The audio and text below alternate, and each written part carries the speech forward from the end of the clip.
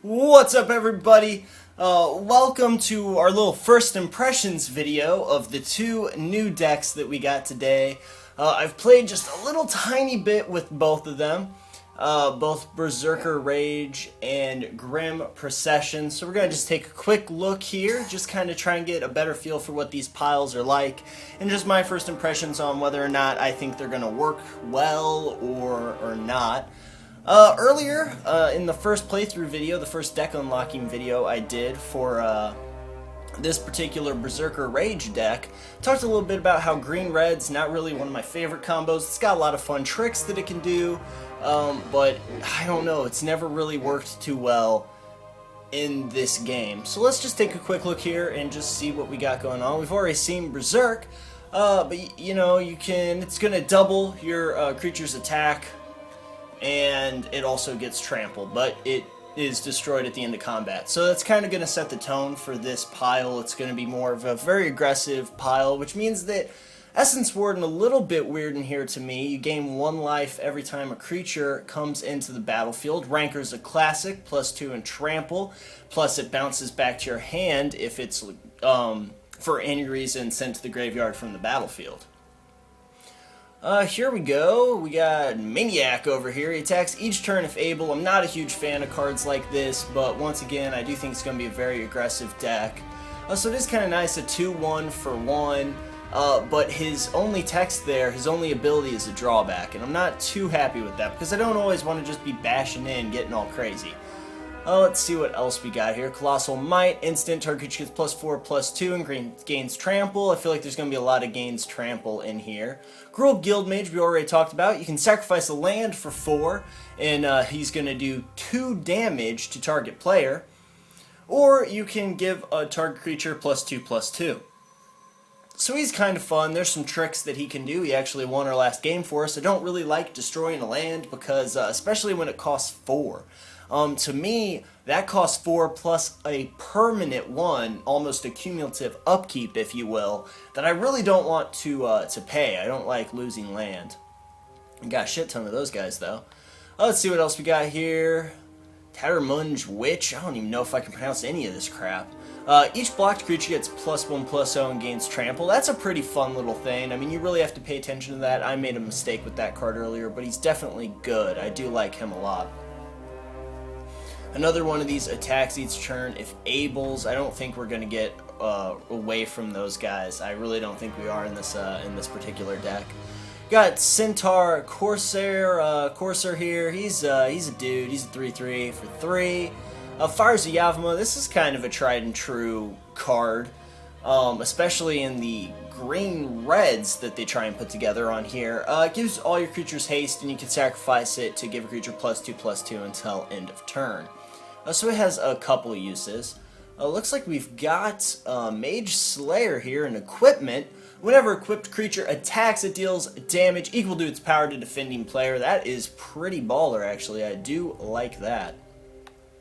It's 3 cost, 3 equipped. Little pricey, but I do like that. Sacred Wolf is hexproof. He's kind of nice. He's 3/1 though.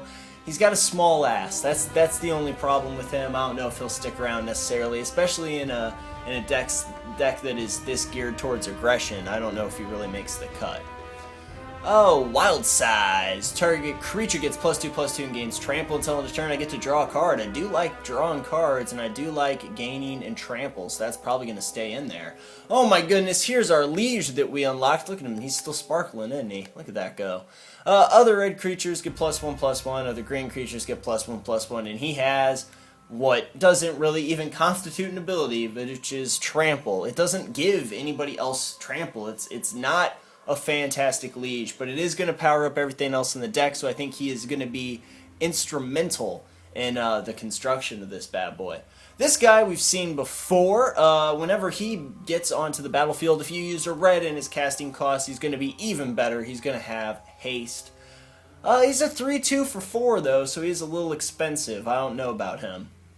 The game does. They give you about 1,000 of them. Oh, Wickerbow Bow. Jesus, it's tricky. Okay, you guys, it's tricky to rock and rhyme. This guy is going to come into the battlefield with a -1/-1 counter on it. and you can remove one and destroy an artifact or enchantment. I don't know. I don't know. He's a guy. He doesn't have to sacrifice himself to destroy an enchantment, so he's a little better than some of the cards that they could have gave to us. But he is 4 for a 4/4. I don't know. This guy's not very good. 5 for 4/4. I don't know. We're getting expensive now. He's got to attack every turn. That's why I'm not in love with him. Shivan Worm. Trample. Enters the battlefield. Return a red or green creature you control to its owner's hand. That's good. That is pretty good. We don't have any really enter the battlefield effects. This guy you can recharge a little bit, but I don't know. There's not too much that we can really do trick-wise yet with that card, but that is a 7/7 trample for 5. I will run that all day, all month, all year. That is, it's not bad.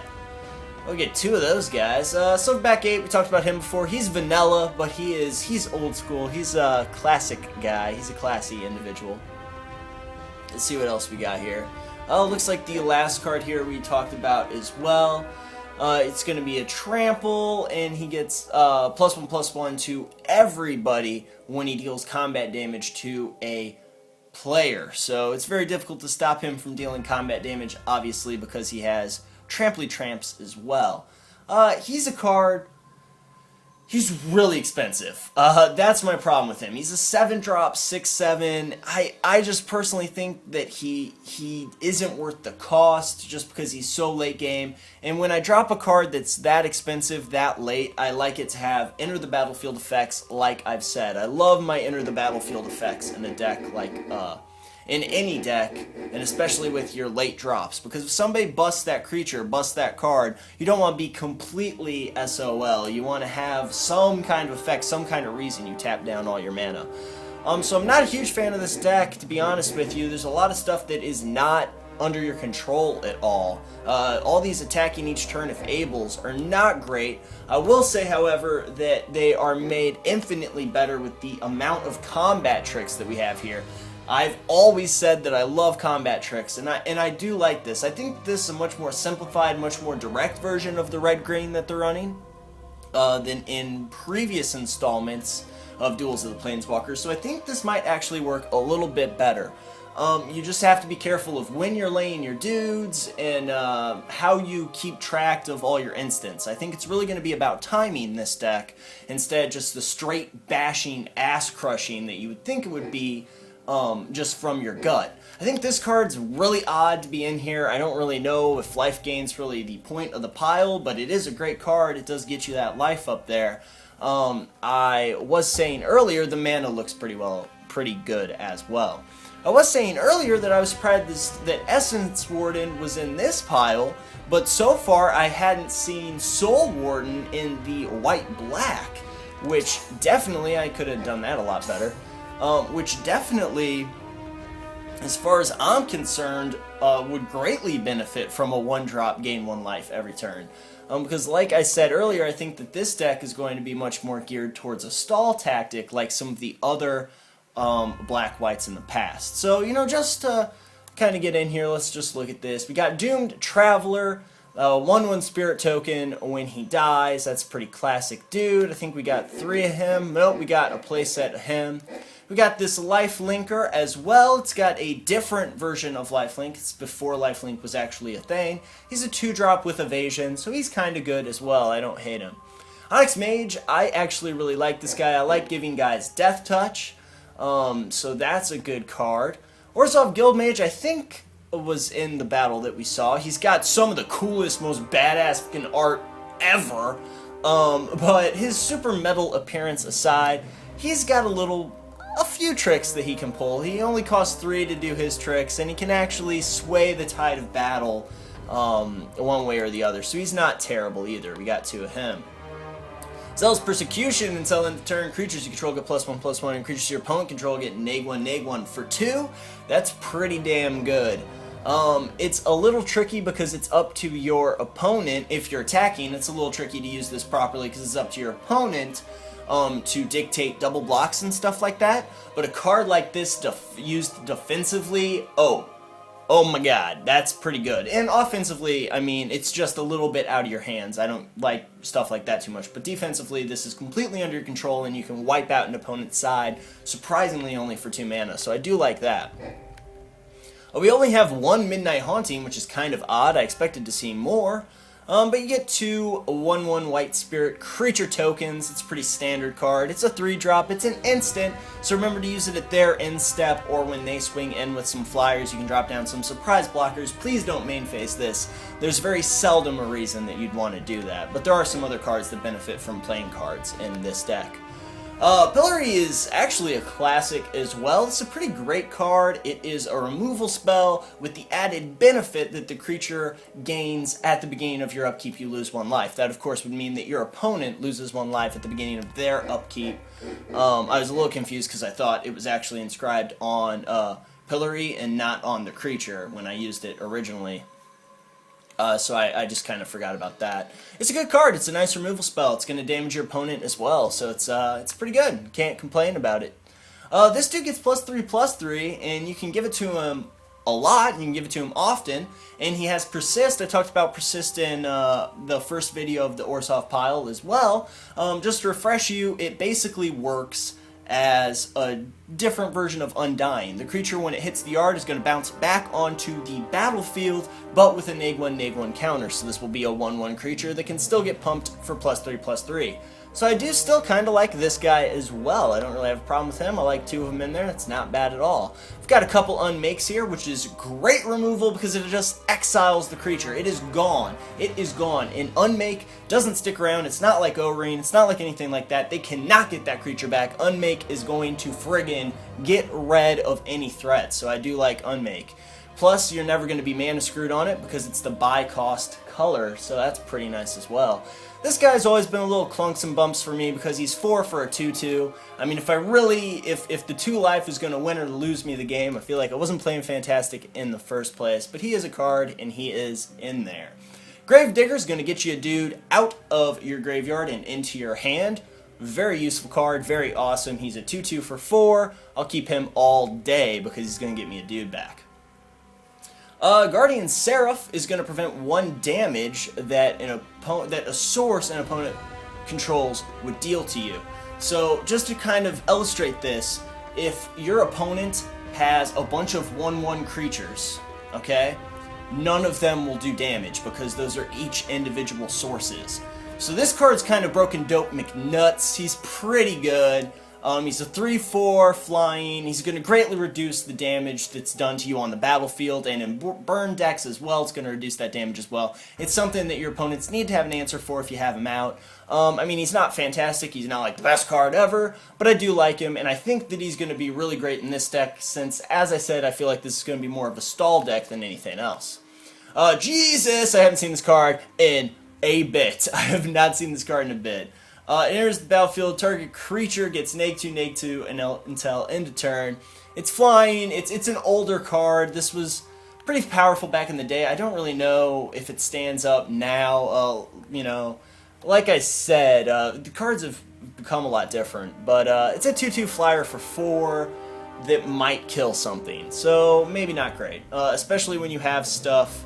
Oh god, I can see the card art right now, but he's the 4-drop, just kills, he's a 2/1 first striker, just kills target non-black creature. That's going to be a little bit better, but let's just look through here. We got Voracious Hatchling, looks like a little chimera there, but he's got lifelink. He comes into the battlefield with 4 neg1/neg1 counters on him. Whenever you cast a black or white spell, you're going to be able to remove one of those counters. So if you cast a dual color spell, he'll get 2 counters off of him. If you have any dual color instants, but we've only had a couple, then you can definitely surprise somebody because he'll jump up +2/+2 when you do that. He's got tricks. He's a 4-drop 6/6 lifelinker. He comes down as a 2/2. I don't know. We'll see. We'll see how he plays. We'll see how he plays. Oh, wow. Look at this card. This card, at the beginning of your upkeep, you return target spirit card from your graveyard to your hand. I don't know how many spirits we have. No, not a lot. Oh, couple. I don't know about that, since there doesn't appear to be a lot of spirits. Maybe we'll unlock some spirits. I'm not sure. But it's a flyer, 4/4 for 5. It's not bad.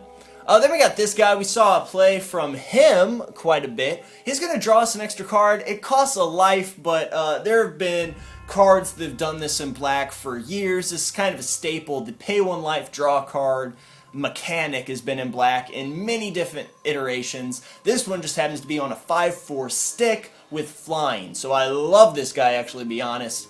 We do gain an awful lot of life in this pile, I've seen, so he's pretty damn good. We got Deathbringer Liege, which of course kills creatures left and right. He also pumps our side +1/+1 to our white and our black, and of course our dual color creatures as well. And he also is going to tap down and kill dudes for you. So he's got a very useful ability as opposed to the Liege in the other deck we just looked at. Divinity of Pride is apparently in here. If you have 25 or more life, it's an 8/8 with flying and lifelink. That's not bad, especially when you consider it only costs 5 and it already has tricks when you set it down and you have 3 life. So he's definitely not bad. Shepherd of the Lost we've already looked at as well. It's very expensive, but it has flying, first strike, and vigilance. We can give it Death Touch if we have one of the other cards out, which makes it quite a bit better, because I do love my first strike Death Touchers. But still, he's a 3/3 5-drop. He's got a lot of tricks, but I don't know how in love with him I am. Soul Feast, target player loses 4 life, you gain 4 life. It's kind of like Essence Drain, or is that not Essence Drain? I'm not sure. But it's kind of like cards. There's been cards like this in black over the years. It's a card. It costs a mana, but it does do 4 damage to your opponent, and at the end of the day, that can win you some games. This guy costs about 1 trillion billion mana here. 6 mana, it's not terrible. Is this the end of the pile? No, we still got a couple more dudes, but he costs 6 mana. Necromancer's Covenant enters the battlefield, exile all creature cards, target player's graveyard, then put a 2/2 black zombie creature token on the battlefield for each card exiled this way. Zombies you control have lifelink. This is kind of weird for me. I feel like this deck doesn't know what it wants to be. Just because there was spirit enhancements, we had some cards that worked for spirits, now we have some cards that work for zombies. Is this a zombie pile? Is it a spirit pile? Is it like a gimmick pile? What the hell is going on? Nevertheless, this is a good card if you can get up to that amount of mana.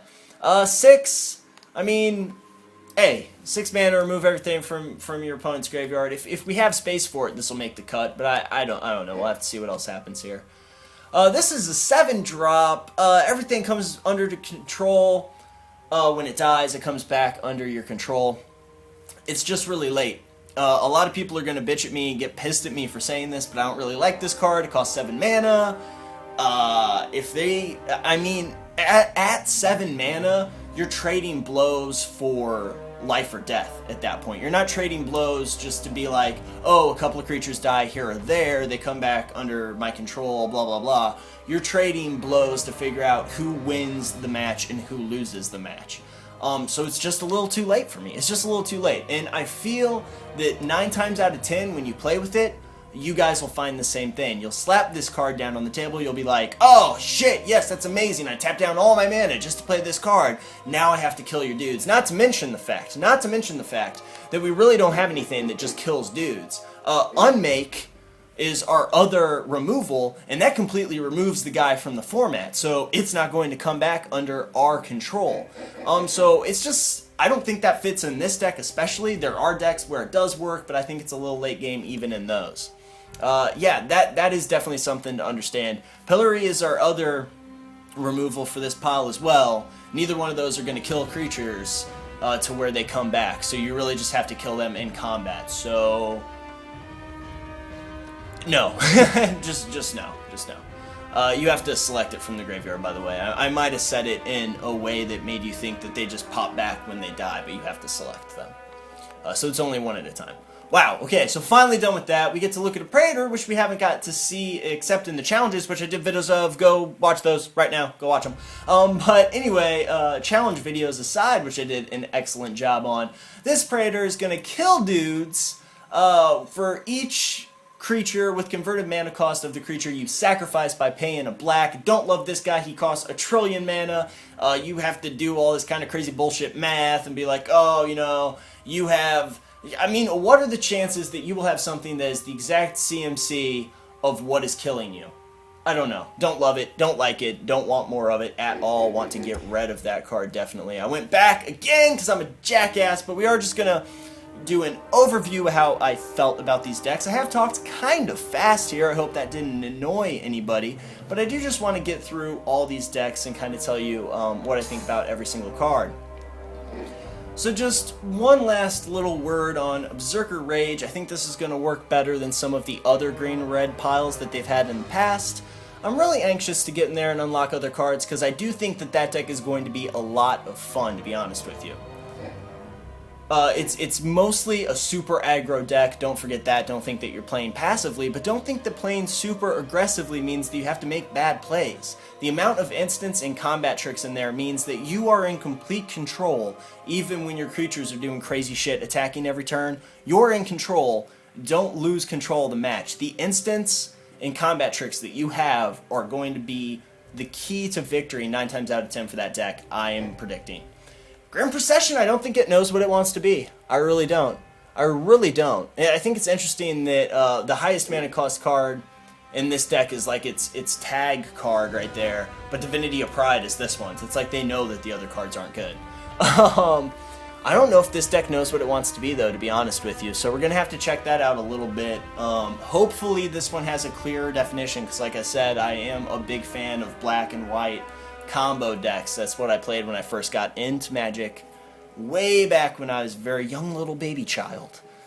So hopefully that deck figures it out. Hopefully the unlocks make it much better. But with this deck, I think that it's mostly going to be stall. I haven't really seen what any of the bombs are out there, but there are a lot of dudes that are going to pressure your opponent, which is nice. Hopefully they put some damnations in there. I don't know. I haven't looked at the unlocks either. But I think that's mostly going to be a stall deck. Like I said, gain your life, bide your time, and just kind of outplay your opponent. That's more of a thinking deck. I don't know. I don't know about that one. I'm a little disappointed at first glance from that. Anyway, you guys, these were my first impressions of these decks, so don't forget that. Please be sure to tune in and keep up with my deck unlockings, which I'll be doing for both of these decks. All 30 cards will be unlocked. I don't know if I'll air all of them, because that takes kind of a long time. I try and do 2 uploads a day, so I don't know if I'll air all of them, but please feel free to check those out. Point out all my terrible mistakes, and just call me a jackass down in the comments. Thank you so much for watching. Feel free to discuss the decks down in the comments of this video. Tell me if I missed something, if there's some combo that I just glossed over that I didn't realize. And just thanks a lot for watching this particular episode. Just one guy geek out and gush about Magic cards. Thanks a lot, and I will see you, hopefully, on my next video.